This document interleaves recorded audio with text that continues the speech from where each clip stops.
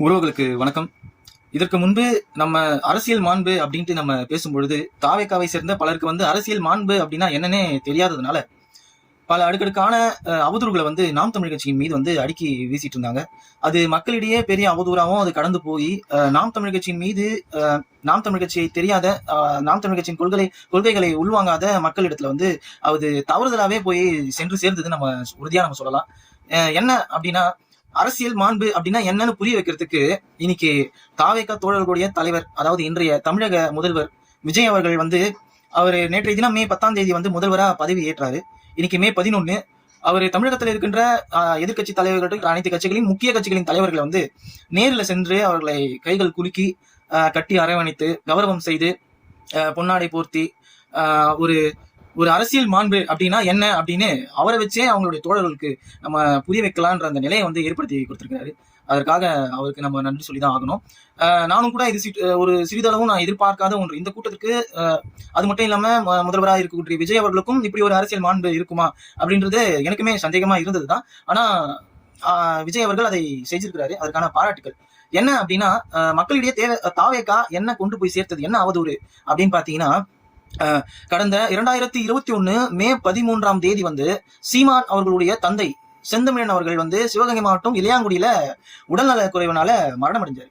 சீமான் அவர்கள் நீங்க 21 காலகட்டத்துல நீங்க எல்லாம் பாத்தீங்கன்னா கடுமையான விமர்சனங்கள் திமுக மீதும் அப்போதைய முதலமைச்சராக இருக்கக்கூடிய ஸ்டாலின் அவர்கள் மீதும் அவர்களுடைய ஆட்சியின் மீதும் கடுமையான விமர்சனங்கள் அந்த தேர்தல்கள்ல அதுக்கு முன்னாடி காலகட்டத்தில இருந்தே எதிர்த்து வந்துட்டு இருந்தார். அப்படி இருந்தும் சீமான் அவர்கள் 3வது பெரிய கட்சியா மதிச்சு என்னதான் தன் மீது அவ்வளவு எதிர்ப்புகளை கொட்டினாலும் கூட அப்போது முதல்வராக இருந்த ஸ்டாலின் அவர்கள் சீமான் அவர்களுக்கு தொலைபேசியின் மூலமாக அழைச்சு சீமான் அவர்களுடைய தந்தையின் இறப்புக்கு இரங்கல் தெரிவிச்சிருந்தார். அது மட்டும் இல்லாம ஊரக வளர்ச்சி துறை அப்போதைய அமைச்சராக இருந்த பெரிய கருப்பன் அவர்களை ஸ்டாலின் அவர்கள் அவர்களுடைய சார்பா நேரில் அனுப்பியும் ஆறுதலையும் அந்த இரங்கலையும் தெரிவிச்சிருந்தார்.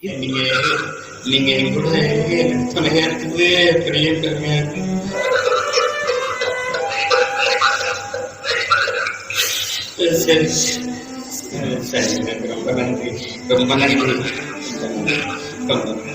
இது ஒரு கடைபிடிக்கப்பட வேண்டிய ஒரு அரசியல் மாண்பு. என்னதான் நீ கொள்கை ரீதியாகவும் கட்சி ரீதியாகவும் நாம் வேறாக இருந்தாலும் கூட இது கடைபிடிக்க வேண்டிய ஒரு நாகரிகம், அரசியல் நாகரிகம். கட்சியை தாழ்ந்து அவனும் மனுஷன் தான், நீயும் மனுஷன் தான். அவன் எதிரியா இருக்கட்டும், நல்லவனா இருக்கட்டும், கெட்டவனா இருக்கட்டும், உனக்குன்னு ஒரு மனிதாபிமானம்னு ஒண்ணு இருக்கணும் உள்ளுக்குள்ள.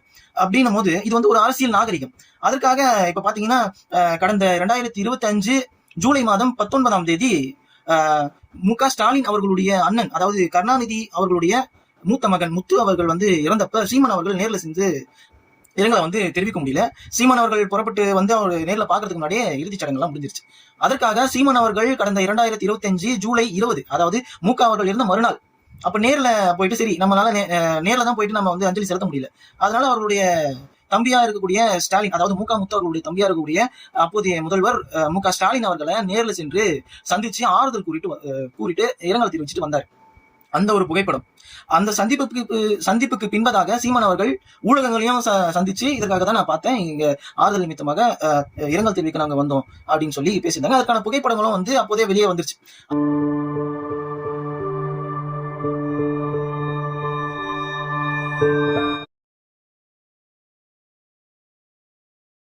அது இது ஒரு மறைமுகமான எந்த ஒரு சந்திப்பும் கிடையாது. இது ஒரு சாதாரண அரசியல் மாண்பு, கடைபிடிக்க வேண்டிய அரசியல் மாண்பு. இந்த மாண்பை கடைபிடிச்சதுக்கு சீமான் அவர்களுடைய பெயருக்கு மக்கள் மத்தியில கட்டப்பேரை உண்டாக்கணும். எப்படின்னா, மக்கள் இப்ப ஸ்டாலின் அவருடைய ஆட்சியை விரும்பல அப்படின்னும் போது சீமான் அவர்கள் பாருங்க, சாட்டை துறைமுகனா இருக்கட்டும், கூட இருக்கிறவங்க ஆட்களா இருக்கட்டும், போயிட்டு மறைமுகமா ஸ்டாலினை பார்த்து காசு வாங்கிட்டு வந்துட்டாங்க. யாரை எதிர்க்கனா தாவேக்காவை எதிர்க்க அப்படின்னு சொல்லிட்டு அபட்டமான ஒரு பொய். இது இந்த புகைப்படத்தையும் தாவேக்காவினர் பரப்புகின்ற இந்த செய்தியும் பார்த்து நிறைய பேர் அதை நம்பவும் ஆரம்பிச்சாங்க. அதுவும் ஒரு காரணியா தேர்தலை எதிரொலிச்சுது. மக்களுக்கு என்ன உண்மை அப்படின்னு புரிய வேண்டிய அந்த நிலைமை இல்லை. ஆனா இப்போது இவர்கள் செஞ்சிருக்கிற இந்த சந்திப்பு, இப்ப நான் உங்ககிட்ட கேட்கட்டுமா? விஜய் அவர்கள் முதல்வராக ஜெயிச்சிட்டார் இல்லையா, வென்று விட்டார். இப்போ அவர் எதிர்த்து தீய சக்தி திமுக ஒரு தீய சக்தி அப்படின்னு சொல்லிட்டு தீய சக்தி கூட, அதாவது மு.க. ஸ்டாலின் அவர்களுடைய கையை போயிட்டு பிடிச்சு அவர் அரவணைக்கிறது, இதை நீங்க எப்படி பாக்குறீங்க? நீங்க என்னன்னு சொல்லுவீங்க? இப்ப சொல்லுங்களேன். இப்ப உங்க புரிதல் என்ன? அதாவது சீமான் சந்திச்சா பெட்டி வாங்க போயிட்டாரு, தாவேக்காவை எதிர்க்க ஸ்டாலின் அவர்கள்ட்ட கோடியா பணம் வாங்க போயிட்டாரு. அதுக்கா சீமான் போனாரு? முத்து அவர்களுடைய மரணத்திற்கு இரங்கல் செய்தி தெரிவிக்கிறதுக்காக ஸ்டாலின் அவர்களை பார்க்க போனார். அந்த புகைப்படம் உங்களுக்கு எப்படி அது மாண்பா தெரியல? இப்போ விஜய் அவர்கள் செஞ்சது வந்து இப்ப மாண்பு தெரியுதா? இப்போ உங்களுக்கு அந்த புரிதல் இருக்கா? இதுதான் நடந்தது. இது போன்ற எண்ணற்ற அவதூறுகள் தாவேகா மூலமாக சீமான் அவர்கள் மீது கட்டவிழ்க்கப்பட்டது. இந்த அவதூறுகள் மக்களை சென்றடைஞ்சு மக்களும் வந்து இது உண்மையா இருக்குமோ, இவர் ஏன் தேவையில்லாம போய் பார்க்கணும், எதற்காக பார்த்தாங்க, என்ன பேசினாங்க, அதனுடைய உண்மை நிலை வந்து தாவேகாவுக்கு தெரியாமலாம் இல்லை, அவங்களுக்கு தெரியும். நாங்க அதுக்கு விளக்கமும் கொடுத்துருக்கோம், எல்லாமும் நாங்க பேசியிருக்கோம், இதுதான் நடந்திருக்குன்னு ஊடகங்கள்லயும் இருக்குது. ஆனா வந்து எந்த ஒரு விஷயத்த நான் ஜெயிக்கணும், அதனால அவன் பேரை நான் கெடுக்கணும் அப்படின்னு நினைச்சுதானே நீங்க வந்து இதை பரப்புனீங்க.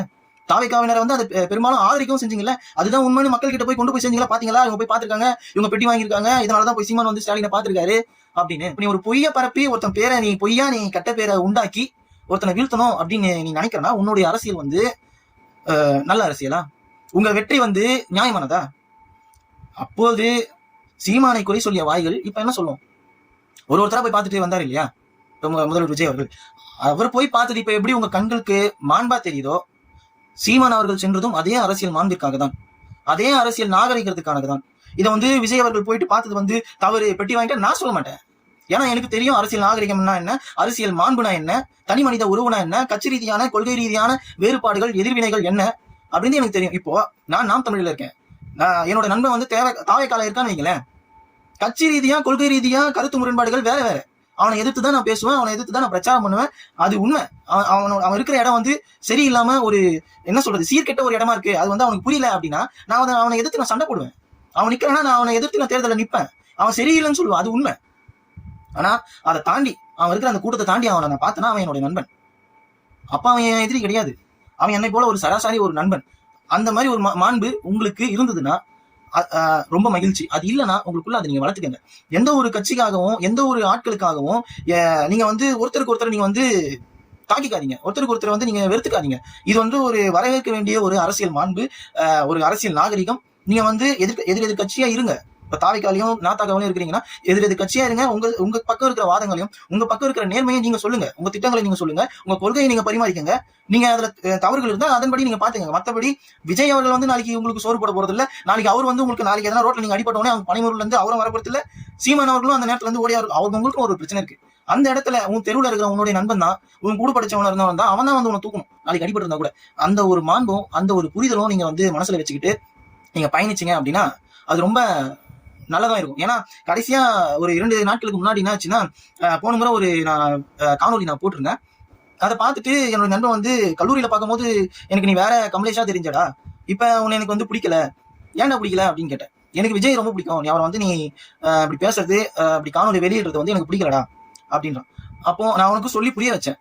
அவன் கொஞ்ச நேரத்துக்கு முன்னாடி புரியாத மாதிரியே இருந்தான். அப்ப நான் லாஸ்டா சொன்னேன், சரிடா உனக்கு தூரமா இருக்கிற விஜய் அவர்கள் தான் முக்கியம்னா, நான் உனக்கு நெருக்கமா இருக்கிற என்னுடைய இதை வந்து நீ நட்பை வந்து நீ அவ்வளோ நீ கஷ்டப்பட்டு என் கூட இருக்கவனா நீ கட் பண்ணிக்க, நம்ம வந்து பிரிஞ்சிடலாம் அப்படின்னு சொல்லும் போது கொஞ்ச நேரம் அவன் யோசிச்சு பார்த்துட்டு அதுக்கப்புறம் சொல்றான், நான் இதுக்கப்புறம் உங்ககிட்ட அரசியல் ரீதியா நான் பேச மாட்டேன்டா, அரசியல் ரீதியா நான் பிரிச்சு பார்க்க மாட்டேன்டா, நீ என் கூட இரு, என் நண்பனா இரு, உன்னோட நட்பு எனக்கு வேணும் அப்படின்னு அவன் சொல்லி முடிச்சான்.